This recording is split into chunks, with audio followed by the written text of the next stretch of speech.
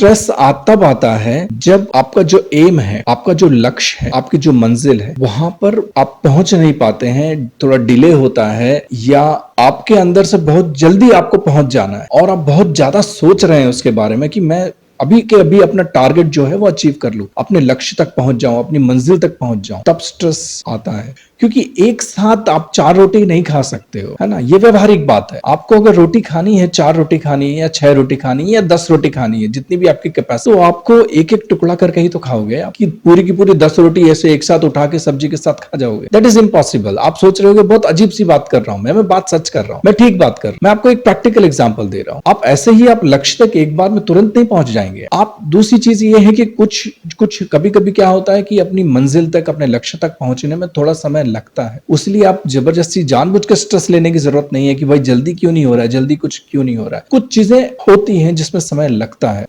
और कुछ चीजों की आप प्लानिंग कर लीजिए। अगर आप प्रोसेस आपका सही है, अगर आपने जो आपका जो रास्ता बनाया हुआ है मंजिल तक पहुंचने के लिए, एम अचीव करने के लिए, तो वो रास्ता जो है ना, उस रास्ते पे फिर आप काम कीजिए। वो रास्ता बहुत छोटे छोटे स्टेप्स में, एक एक स्टेप, दो दो स्टेप में डिवाइड कीजिए, इजी कर लीजिए काम। और अगर कोई थोड़ा ज्यादा डिफिकल्ट टॉपिक है, डिफिकल्ट सब्जेक्ट है, डिफिकल्ट काम है, तो उसको बहुत ज्यादा हिस्से में, टुकड़ों में तोड़ दीजिए और एक एक टुकड़ा में काम कीजिए, और फिर बाकी एक एक टुकड़े में काम करेंगे तो वो काम होता चला जाएगा। आप सक्सेसफुल हो सकते हैं, आप सफलता पा सकते हैं, और जिंदगी बहुत सिंपल है और बहुत ईजी है। स्ट्रेसफुल होने की बिल्कुल जरूरत नहीं है।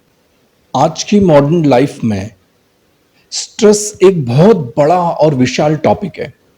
स्ट्रेस एक ऐसा टॉपिक और हॉट टॉपिक बन गया है कि हर आदमी आज स्ट्रेसफुल है, और लोग स्ट्रेसफुल होते ही जा रहे हैं, होते ही जा रहे हैं। लोगों का स्ट्रेस कम नहीं हो रहा है। इसके विपरीत स्ट्रेस कम करने के चक्कर में वो डबल स्ट्रेस बढ़ा ले रहे हैं। तो कहीं कुछ बेसिक मिस्टेक है, और बेसिक मिस्टेक क्या है जिसकी वजह से लोगों का स्ट्रेस कम नहीं हो रहा है, बढ़ रहा है। तो स्ट्रेस को पहले जान लेना जरूरी है कि स्ट्रेस क्यों आता है और किन कारणों से आता है। स्ट्रेस तब आता है जब आपका जो एम है, आपका जो लक्ष्य है, आपकी जो मंजिल है, वहां पर आप पहुंच नहीं पाते हैं, थोड़ा डिले होता है, या आपके अंदर से बहुत जल्दी आपको पहुंच जाना है और आप बहुत ज्यादा सोच रहे हैं उसके बारे में कि मैं अभी के अभी अपना टारगेट जो है वो अचीव कर लूं, अपने लक्ष्य तक पहुंच जाऊं, अपनी मंजिल तक पहुंच जाऊं, तब स्ट्रेस आता है। अगर आपने कैलकुलेट करके रखा है कि मैं 3 महीने में ये कर लूंगा, 6 साल में ये करूंगा, या 2 साल में ये कर लूंगा, और वो नहीं हो पा रहा है, तब स्ट्रेसफुल हो जाते हैं। और स्ट्रेस आजकल की जिंदगी में बहुत नॉर्मल हो गया है। डे टू डे लाइफ में भी आप ऑफिस वर्क में देख लीजिए, या किसी विद्यार्थी को, किसी स्टूडेंट को देख लीजिए, किसी यूपीएससी स्टूडेंट को देख लीजिए, या किसी को भी, कोई भी कॉम्पिटिटिव एग्जाम की तैयारी कर रहा है, या कोई आर्मी की भर्ती में जाने की जो तैयारी कर रहा है, फिजिकल ट्रेनिंग और रिटन एग्जाम की ट्रेनिंग वगैरह जो कर रहे हैं, कोचिंग वगैरह पढ़ रहे हैं, उनके ऊपर कितना स्ट्रेस है। तो स्ट्रेस को आप समझिए पहले कि वो स्ट्रेस आता क्यों है। स्ट्रेस आता है, पहली चीज तो कहीं वो इसीलिए आता है कि आपका जो लक्ष्य है, वो लक्ष्य आपको मिल नहीं रहा है। आपने कोशिश की और लक्ष्य आप प्राप्त नहीं कर पा रहे हैं, या आपने जितना सोचा था उतना आप कर नहीं पाए, तो आप स्ट्रेस में आ जाएंगे कि मैं जो सोच रहा हूं वो हो नहीं पाया। तो उसका कारण ढूंढ लीजिए फिर आप कि मैं क्यों नहीं कर पाया वो। तो मंजिल यानी कि जो लक्ष्य है आपका, या आपका जो एम है, उससे भी ज्यादा इंपॉर्टेंट चीज क्या है मालूम है आपको? और वो है प्रोसेस। और हम भारतीय लोगों की एक विशेषता है, हम लक्ष्य की बात करेंगे, हम बड़ी बड़ी बहुत सारी बातें करेंगे, पर हम प्रोसेस की बात नहीं करते। यानी कि वो लक्ष्य तक पहुंचने का जो रास्ता है, उन रास्तों की हम बात नहीं करेंगे।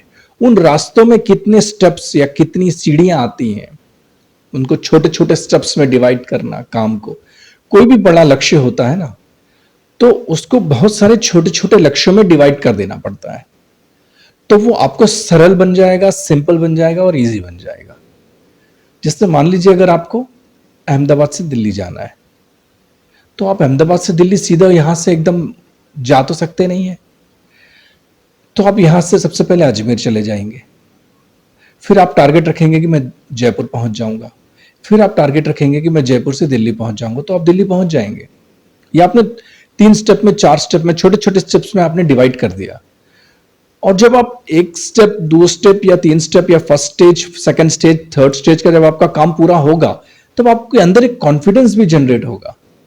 आपका विल पावर भी बहुत बढ़ जाएगा और आपका एक्सपीरियंस भी हो जाएगा कि नहीं, ये मार्ग सही है, ये काम कर रहा है, मैं पहुंच रहा हूं। आपका खुद का आत्मविश्वास कितना बढ़ जाएगा। तो आप छोटे छोटे स्टेप्स में उसको डिवाइड कर दीजिए। कभी ऐसा हो सकता है कि हाँ भाई, रास्ता गलत मिल गया या गलत रास्ता पड़ गया, तो रास्ता चेंज कीजिए। फिर आप तो रास्ता, दूसरा रास्ता बदलिए। मंजिल तो वही रहेगी, यानी कि एम तो वही रहेगा, पर रास्ता बदल जाएगा। फिर दूसरे रास्ते से ट्राई कीजिए और उस रास्ते को भी आप एनालाइज कर लीजिए कि जितना भी काम है वो काम छोटे छोटे पार्ट्स में या छोटे छोटे स्टेप्स में उसको कैसे डिवाइड कर सकते हैं या उसको कैसे विभाजन किया जा सकता है। क्योंकि एक साथ आप 4 रोटी नहीं खा सकते हो, है ना। ये व्यवहारिक बात है। आपको अगर रोटी खानी है, 4 रोटी खानी है या 6 रोटी खानी है या 10 रोटी खानी है, जितनी भी आपकी कैपेसिटी है, तो आपको एक एक टुकड़ा करके ही तो खाओगे आप, कि पूरी की पूरी 10 रोटी ऐसे एक साथ उठा के सब्जी के साथ खा जाओगे। That is impossible. आप सोच रहे हो कि बहुत अजीब सी बात कर रहा हूं मैं बात सच कर रहा हूं, मैं ठीक बात कर रहा हूं। मैं आपको एक प्रैक्टिकल एग्जांपल दे रहा हूं।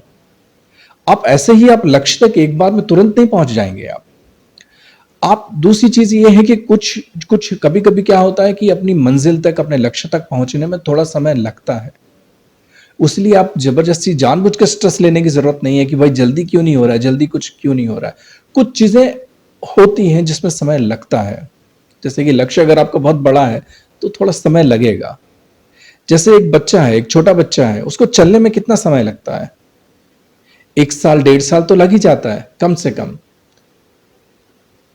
और उसको पढ़ने में कितना समय लगता है? वो A for apple, B for boy सीखने में उसको कितना समय लगा? आपको A for apple, B for boy, C for cat सीखने में कितना समय लग गया? आपको वो सीखने में 4 से 5 साल, 6 साल भी लग गए। तो समय लगता है, आप समय दीजिए। आप समझिए, आप एक्सेप्ट कर लेंगे और कुछ चीजों की आप प्लानिंग कर लीजिए। अगर आप प्रोसेस आपका सही है, अगर आपने आपका जो रास्ता बनाया हुआ है मंजिल तक पहुंचने के लिए, एम अचीव करने के लिए, तो वो रास्ता जो है ना, उस रास्ते पे फिर आप काम कीजिए। वो रास्ता बहुत छोटे छोटे स्टेप्स में, एक एक स्टेप, 2-2 स्टेप में डिवाइड कीजिए, इजी कर लीजिए काम। और अगर कोई थोड़ा ज्यादा डिफिकल्ट टॉपिक है, डिफिकल्ट सब्जेक्ट है, डिफिकल्ट काम है, तो उसको बहुत ज्यादा हिस्से में, टुकड़ों में तोड़ दीजिए और एक एक टुकड़ा में काम कीजिए। और फिर एक एक टुकड़े में काम करेंगे तो वो काम होता चला जाएगा। स्ट्रेस में क्या होता है कि लाइफस्टाइल भी बहुत मैटर करती है। आपकी अगर लाइफस्टाइल ऐसी है कि आप बहुत देर रात तक पढ़ते हैं या देर रात तक काम करते हैं, तो शरीर को ठीक से आराम नहीं मिल पाता। तो दूसरे दिन भी आपको काम करना है, दूसरे दिन भी पढ़ना है, तो आपको फिर आराम नहीं मिल पाएगा, फिर वही की वही दिक्कत खड़ी हो जाएगी। इससे अच्छा यही है कि जो शरीर को जो आराम देना चाहिए, शरीर भी एक मशीन है, तो आपको 8 घंटे, कम से कम 7 से 8 घंटे की नींद का नियम जरूर रखना चाहिए। नींद आप थोड़ा ध्यान रखिए, नींद बहुत जरूरी है। खाने पीने से भी ज्यादा जरूरी नींद है। नींद नहीं है तो फिर कुछ भी नहीं है। अच्छी नींद ले ली आपने तो समझ लीजिए आपने 90% आपकी जंग जीत ली, 90% आपका काम हो गया। फिर आता है खान पान। अब खान पान में ऐसा है कि आप आजकल फास्ट फूड का जमाना है, बहुत सारी चीजें हैं, जैसे मैदा बहुत ज्यादा डिस्टर्ब करता है बॉडी को, बॉडी के टिश्यूज को, या दूसरी बहुत सारी तली हुई चीजें या बहुत सारी दूसरी ऑयली चीजें। थोड़ा हो सके तो जंक फूड आप अवॉइड कीजिए, बाहर का खाना जितना हो सके उतना अवॉइड कीजिए और हेल्थी फूड या हेल्थी डाइट थोड़ा सा अपनाना शुरू कीजिए। हो सके तो ऐसा कीजिए, आपका जो, मान लीजिए अगर आप 4 रोटी खाते हैं तो 4 में से आप 2 रोटी खाइए और बाकी जो है उसके बदले, बाकी 2 रोटी जो आप खाते हैं उसके बदले में आप कुछ फल खा लीजिए या सलाद खा लीजिए। तो जो अगर जितना आप फल और सलाद लेंगे उतनी आपकी बॉडी जो है ना एनर्जेटिक बनी रहेगी। हाँ, इरेस्पेक्टिव आप वेजिटेरियन हैं या नॉन वेजिटेरियन हैं वो मैं नहीं कह रहा हूं, वो आपके ऊपर है, आपको क्या खाना है क्या नहीं खाना।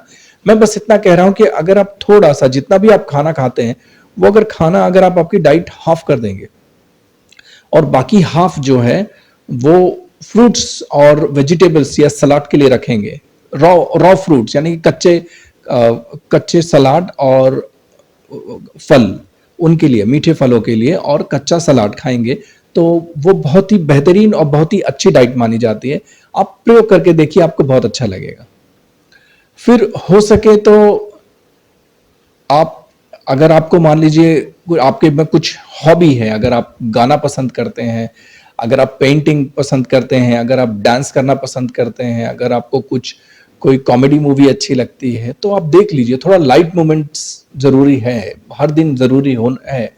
और एक और इम्पॉर्टेंट चीज कि हर दिन कुछ ना कुछ मोटिवेशनल स्टोरीज या कुछ आप ऐसा सुनते रहिए जो आपको पॉजिटिव एनर्जी दे या पॉजिटिव बातें हो, या अगर आप कुछ भी पॉजिटिव सुन सकें या मोटिवेशनल स्टोरीज सुन सकें या कुछ किताबें पढ़ सकें जो पॉजिटिव हो, सेल्फ इंप्रूवमेंट के लिए हो, तो वो भी आपका स्ट्रेस बहुत हद तक कम कर देंगे। आप इन बातों का ध्यान रखिए और आपको स्ट्रेस आपका बहुत कम हो जाएगा। मेरा मानना ऐसा है कि लगभग लगभग खत्म जैसा ही हो जाएगा। हो सके तो थोड़ा सा योगा या थोड़ा सा व्यायाम कीजिएगा, 15-20 मिनट, 25 मिनट, अगर आप सुबह सुबह, या अगर आपको सुबह समय नहीं मिलता है तो शाम को अगर आप बॉडी को फिट रखने के लिए थोड़ी सी एक्सरसाइज करेंगे तो वो आपके लिए बहुत लाभदायक होगा। तो आप सफलता पा सकते हैं, और लाइफ बहुत सिंपल है, बहुत इजी है, और आप लाइफ को सिंपल इजी बना सकते हैं और लाइफ को बहुत अच्छे से जी सकते हैं। Thank you so much.